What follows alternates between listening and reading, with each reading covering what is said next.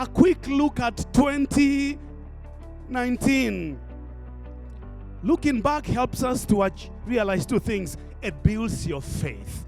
It builds your faith. When you're tempted to chicken out, to throw in the towel and hang the gloves and say, it's over, I cannot rise to the challenge, look back quickly and your faith will be built. God will help you to rise up again. But secondly, it builds an attitude of gratitude. Often we start whining and complaining because we forget what God did yesterday.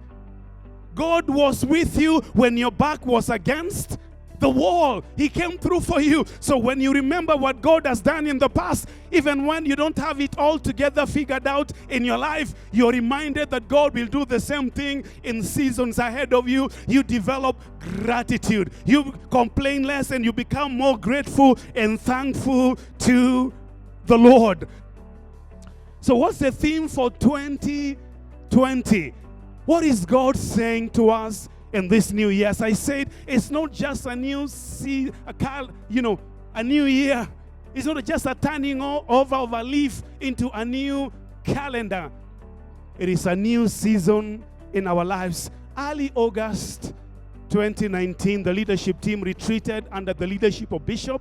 We had time to pray and interrogate and ask ourselves, what is God saying to us as we turn 60, now going to 61?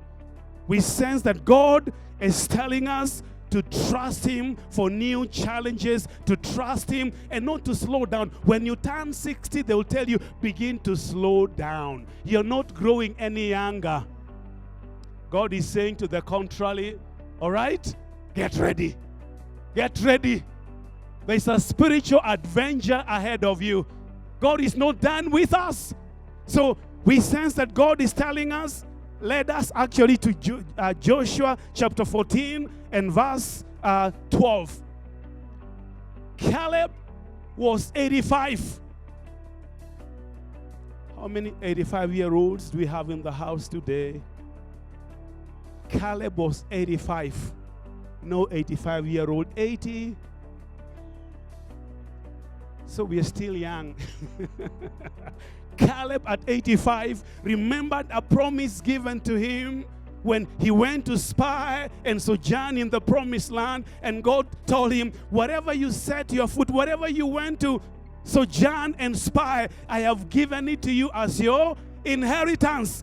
Fast track, 45 years later, Caleb is 85. He was 40 then, he's now 85. And he remembered that that promise had not come to pass. And he told Joshua, give me this mountain. Allow me to read from verse 10 of Joshua chapter 14.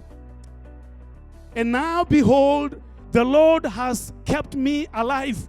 And as he said, these 45 years, ever since the Lord spoke this word to Moses while Israel wandered in the wilderness. And now, here I am this day, 85 years old. Wow. As yet, I am as strong this day as on that day that Moses sent me. Just as my strength was then, so now is my strength for war and for going out and for coming in. And verse 12, the theme, the verse. Now therefore, give me this mountain which the Lord spoke in that day. For you heard in that day how the Anakim were there. Give me this mountain. Give me this mountain.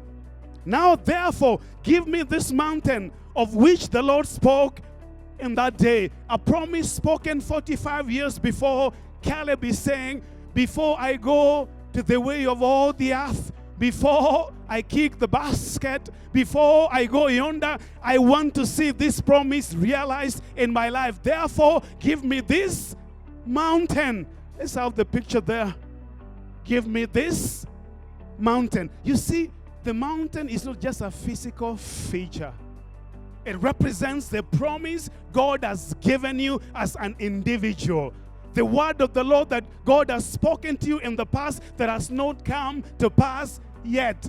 It may be a desire you've heard all your life, the desire you have longed to see fulfilled in your life. It may be a career you want to pursue. It may be something you want to achieve, but the obstacles and the challenges have been so difficult against you.